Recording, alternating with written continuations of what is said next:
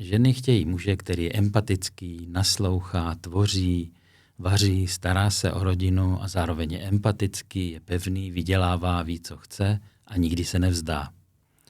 To není kritika, to je popis situace. A muži neví, co s tím, protože nikdo jim neřekl, jak to mají udělat. A na Tinderu tam na to nepřijdou.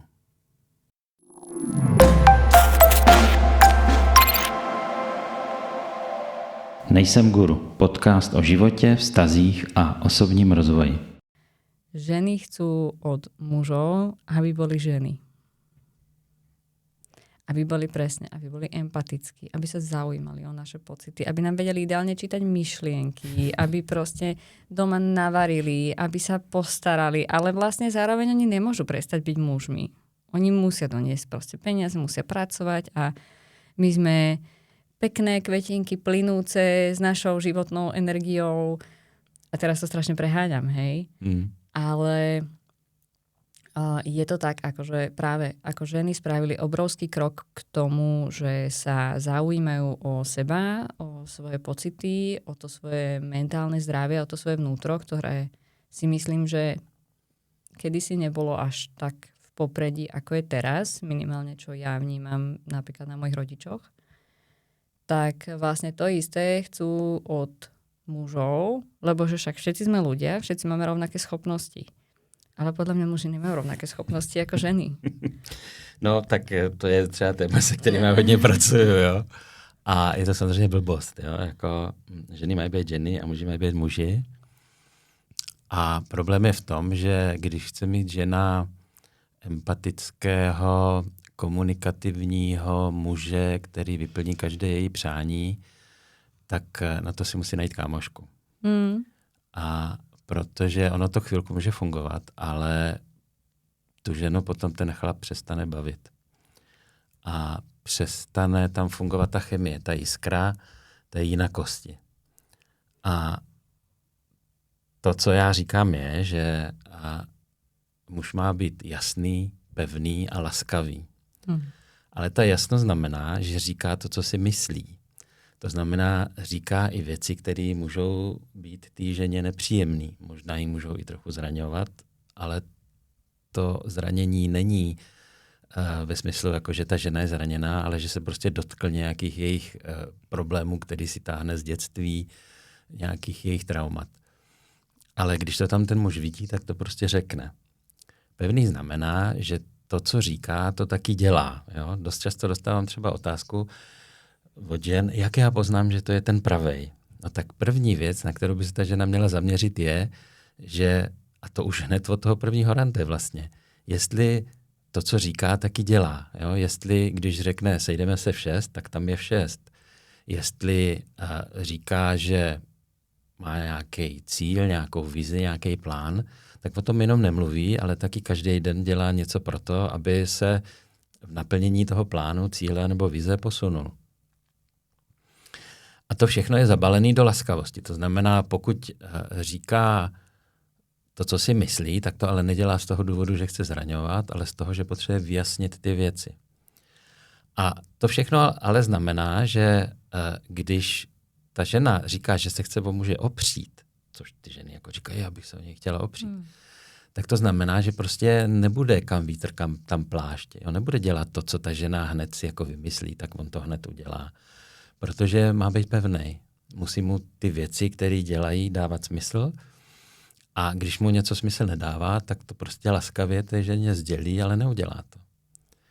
A za mě ano, muži vlastně jako hledají tu svou identitu, co to vlastně jako znamená být muž v dnešním světě, kdy ženy už od toho muže vlastně nepotřebují ani to, aby nosil domů peníze, protože jako často ty ženy nosí domů víc peněz, protože prostě na vysokých školách je víc žen jak mužů. To znamená, že pravděpodobně budou zastávat práce nebo funkce, kde se vydělává víc peněz. Takže to, že chlapi často říkají, no já přinesu domů peníze a tím to pro mě končí, tak to je vlastně taková jako výmluva dost. Jo? To je vlastně docela málo a vlastně to není až tak úplně to podstatný. Důležitý za mě je, aby v té rodině nebo v tom vztahu přinášeli ty 3 kvality, o kterých mluvím. Jasnost, pevnost a laskavost. A to znamená, že občas tu ženu taky naserou. Prostě neudělám to, jako mně to nedává smysl. Ale tam právě na tom, kde se jako potkává ta ženská jemnost a otevřenost s tou mužskou tvrdostí a pevností, tak tam vzniká ta vášeň a tam může ten vztah fungovat. My nesmíme být stejní, to je úplně jako špatně. No a toto je, ďakujem, že to hovoríš, lebo toto je niečo, čo podľa mňa chýba. Lebo ja sa s tým stretávam aj pri mojom vzťahu, keď ho niekto vidí alebo počúva, tak sa to naozaj často opakuje, že no ale si mi ty máš naviac. Ale ja nemám naviac, ja mám super muža, ktorý sa o sebe zaujíma, ktorý sa zaujíma o mňa, ktorý proste je naozaj ako... On je fakt taký, že čo mu nedáva zmysel, to neurobí. A je jedno, ako ja budem proste čo robiť. Môžem sa na myhalnice postaviť proste, keď mu to nedáva zmysel, tak to proste nebude. A bude to robiť vtedy, keď mu to zmysel dá. Pro české posluchače myhalnice sú řasy, jo. Takže toto máme a áno, ten vzťah je turbulentný. On nebude stabilný. A asi pravdepodobne nikdy nebude stabilný. A ja by som asi ani nechcela štandardný, bežný, nudný, stabilný vzťah. Lebo by som sa v ňom nudila. Mňa baví, že ten môj muž ma nasiera. No, ale to je přesně to, co říkám. To tam přináší tu šťávu, tu vášeň. Jo? To prostě, když si budeme ve všem rozumět, budeme si navzájem vždycky vycházet vstříc jenom protože ten druhej to chce, i když mi to nedává smysl, tak tam se ztratí prostě vášeň. Ten vztah začne být nužnej. Ano, budeme mít klid doma, ale budeme se tam strašně nudit a ve výsledku vlastně ani nepůjde o sex. No. Prostě to tam jako nebude. Ztratí se z toho vztahu vášeň. A jedna ešte taká časť mojej bubliny, keďže mám rada knihy a fikciu, tak tam sú veľmi populárni muži napísaní ženami. Mm-hmm. A to sú presne tí pozorní, tí tvrďasi, ktorí ale svoje si budú vždy chrániť. Tí, ktorí sú neskutočne neodolateľní, ktorí keď vedia, že žena má rada studenú kávu, tak ju nechajú ráno nachystanú v chladničke, aby ona, keď sa o 10. zobudí, bude mať studenú a myslia na ňu celý deň a vždy si ju zastanú, vždy si pre ňu pôjdu a vždy spravia všetko preto, aby bola šťastná. Je to super, ale nie je to realita. Ja by som tiež bola možno rada, keby muž bol pozornejší, alebo na mňa viacej myslel, ale čo preto ja môžem urobiť? A to nie je o tom, že ja som žena a ty taký musíš byť, lebo ty si chlap. Ale okej, chcem to, tak sa na to začnem pozerať, že kde to ja môžem robiť. A ten zákon vesmíru nejakým spôsobom funguje a mi to proste dá. Aj keď by to možno nebolo od môjho muža, ale bude to od kamošov. Alebo od, neviem, známych, alebo proste nejakým spôsobom, nejako mi to príde naspäť. A to je niečo, čo ja som si musela uvedomiť, lebo som s týmto veľmi bojovala v našom vzťahu, že ale ty si ma nevážiš a ty pre mňa nič nerobíš a ja tu perem a ja tu varím a ja sa starám a ty dojdeš proste unavený z práce. Ale vlastne ja som sa starala o všetkých ostatných a nie o seba. A začala sa starať o seba, mala som viacej energie sa z lásky a z radosti starať o neho. Alebo o domácnosť. A robila som presne tieto maličkosti a stále nejakým spôsobom s tým pracujem, aby vlastne keď mne tečie, aby tieklo aj tým okolo mňa, vrátane neho, vrátane kamarátov známych a nejakým spôsobom sa to proste ku mne dostane. A toto je, že áno, veľmi sa tlačí v súčasnej dobe ten mentálne zdravie. Hej? A všetci sa zaujímame o to, ako sa máme a všetci máme traumy a najlepšie je, že ich vieme pomenovať, ale nič s nimi nerobíme.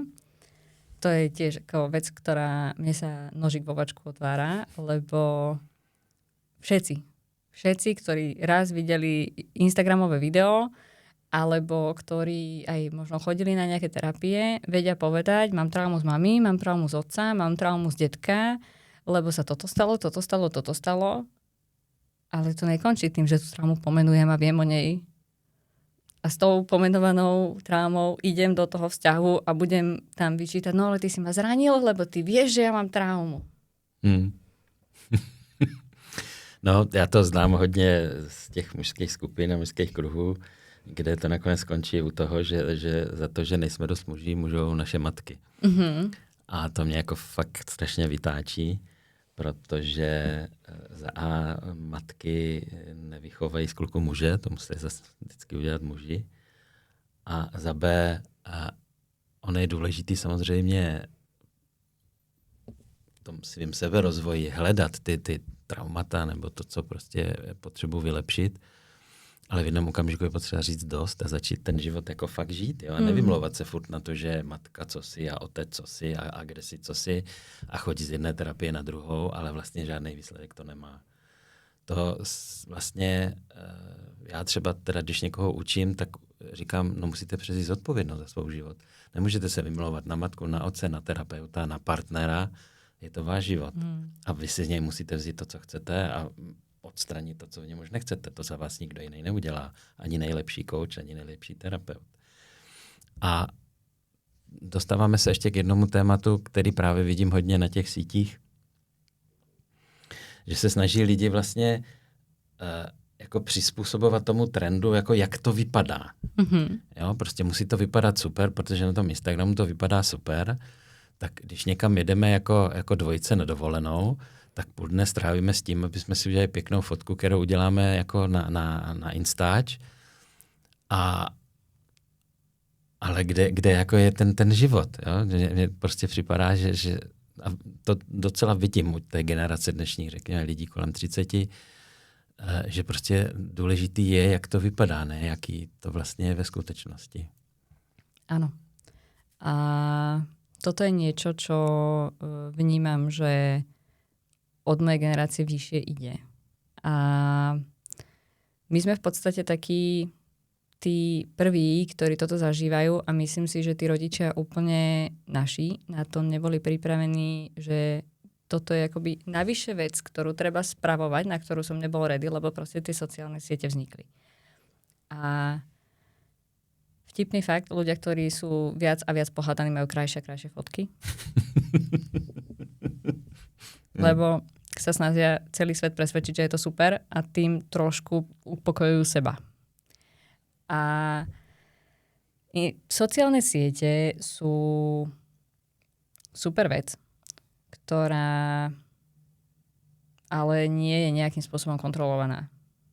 A sociálne siete kedysi a sociálne siete teraz sú akoby dva rozdielne koncepty. Ja keď som začínala s Instagramom, tak tam boli fotky do štvorčeka a videla som len ľudí, ktorých som sledovala. Takisto aj Facebook. Hej? Facebook bol kedysi o tom, že vidíš kamošov, aký kto post pridal, aké fotky kto kde bol.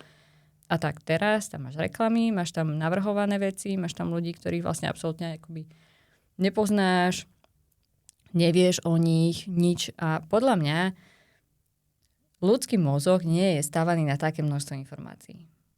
No, to tak je. Ja nemám vedieť o tom, aká je vojna v Iraku. Hej, kedysi ten ľudský mozog sa vyvíja ďaleko pomalšie ako sociálne siete. A to je fakt.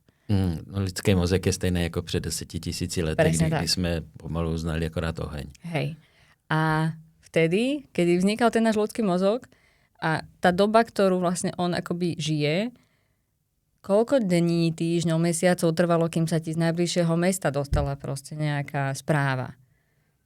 Nemal si všade zrkadlo, nemal si najlepšie fotoaparáty, nemal si najlepšie uhly a nepozeral si sa na seba 450 000 krát denne.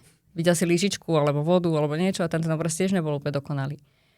A tento akoby obraz na seba a zároveň to všetko, čo vieme proste, čo sa týka sveta a všetko, aj vlastne tie vzťahy s tým nejakým spôsobom súvisia, lebo my chceme vyzerať čo najlepšie pre druhých ľudí. A to je to téma, ktorá je mňa osobne blízka, lebo s tým, ako vyšiel Instagram a s tým, ako som vlastne vtedy bola v puberte, ja som zažila možno temnú stránku blogov, Hej, vtedy si mohol blog založiť hocikto. Bola proste jedna platforma, alebo možno 2-3. Ja som vedela o jednej, kde hocikto si mohol proste doménu .blogspot.sk.com založiť a písať. A vtedy boli veľmi rýchle riešenia, ako sa schudnúť a tak, hej, proste dievčatá, keď prišli do puberty, tak proste nejakým spôsobom sa to telo mení. Rodičia úplne neboli komunikatívni, takže proste si nevedel, ako dievča si nevedela a proste sa obracaš na internet. A internet ti poskytne, volalo sa to, že pro-ana blogy. Boli to blogy, ktoré propagovali anorexiu a poruchy príjmu potravy. A tam máš aj lifehacky a v tom mal si, ako byť správna anorektička. A to je niečo, čo proste moji rodičia nemali absolútne páru o tom, že sa niečo také deje. Že niečo také proste môže byť. Všetci, aj lekári, mám taký pocit, že v tej dobe, minimálne ako moja detská lekárka, keď som mala nejaké prvé príznaky úzkosti, tak to je puberta. Z toho vyrastieš. To je v poriadku. Rodičia vlastne boli takí, že však ona to nejak dá. A za toto všetko vlastne akoby mohlo to, že ja som mala nastavené, že musím dobre vyzerať pre druhých ľudí. Mne nebolo zle. Ale už vtedy začali tie pohľady na to, že ako sa na mňa pozerajú druhí. A to je dnes veľmi silné. Všetci chceme vyzerať jak náš obľúbený influencer, všetci chceme vyzerať ako supermodelky, všetci chceme proste mať perfektné životy, nikto nevidí realitu, pretože tie sociálne siete nie sú realita. Tie sociálne siete sú to, čo nám tí ľudia chcú ukázať. Oni sa nezaoberajú tým, že chodia na kávičky každý deň, že sa proste odfotia. Jasné, možno niekto áno. Ale je to čo, možno 1%? Ani to nie. A nemôžeme každý proste takto byť. Nemôžeme každý príjmať spolupráce na všetky možné obchody. Nemôžeme proste to souvisí s tím, co jsi říkala, jo? Že jedna věc je, že vlastně přirozeně v té pubertě hledáme vzory kolem sebe. Jo? Chceme být jako v té komunitě, ve které žijeme, v té partě, v té třídě. Chceme mít nějaké svoje místo, kde jsme uznávaní. Jo? To je přirozená věc.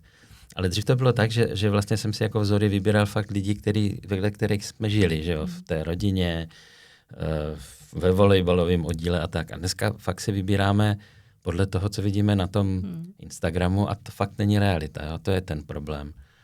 A ano, se dotkla zajímavého tématu anorexie. Mám pocit, že to bylo jako dřív jako asi víc téma, mám pocit, ale nevím, možná jsem z toho jenom vyrostl, že teď to tak jako, že už se o tom problému jako víc mluví, že snad máš pocit, že jako mezi tvojima vrstevníkama to ještě pořád je, jako že opravdu tomu ty lidi propadají? Myslím si, že sa o tom viacej hovorí presne vďaka tej millennial generácii. Že tamto zachytilo veľmi veľa ľudí a už teraz, ako sme sa dostali do bodu, kedy mentálne zdravie nie je tabu, tak začali presne vychádzať tí ľudia na povrch. Hej? Že kto chodil, alebo kto sa liečil u psychiatra, kto chodí psychologičke, kto má aký problém. Lebo je o tom treba hovoriť. Podľa mňa súčasný problém nie je ani anorexia, ale úpravy. Plastické operace a takové věci. Že prešlo to do tohto. To je taky úprava vlastne. Datovanie mám teda aj ja, ale hej, akože chceme vyzerať, všetci chceme mať pekné nosy, plné pery, veľké oči a chudé brucha, veľké prsia, veľké zadky. A nejako je tam presne, že je tam táto rola, že chceme všetci vyzerať vlastne pekne ako supermodelky a potom nejakým spôsobom sa do spoločnosti začala pretlačať tá body positivity, ktorá určite je super. A akože zase, hej, stojím za tou myšlienkou, tak ako za myšlienkou feminizmu. Ale spravilo to zaujímavú vec a to mi práve hovorila teraz nedávno kolegyňa, ktorá celý život má esko, jej postava sa nemení a dookola si zvykla kupovať tie isté, napríklad nohavice. A zrazu esko je obrovské. No, zmenila sa konfekčná veľkosť.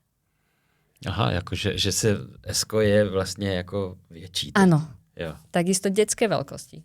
Ona tým, že má 1,65 m, tak si zvykla kupovať detské veci, hlavne ako v športových obchodoch. A vždy chodila do veľkosti, koľko je to, 158, 164. Také niečo tam je. A že zrazu je to obrovské, široké, dlhé, veľké. A že toto je to, akým spôsobom vlastne ovplyvnila tá body positivity komerčné obchody, že sa nešijú normálne veci.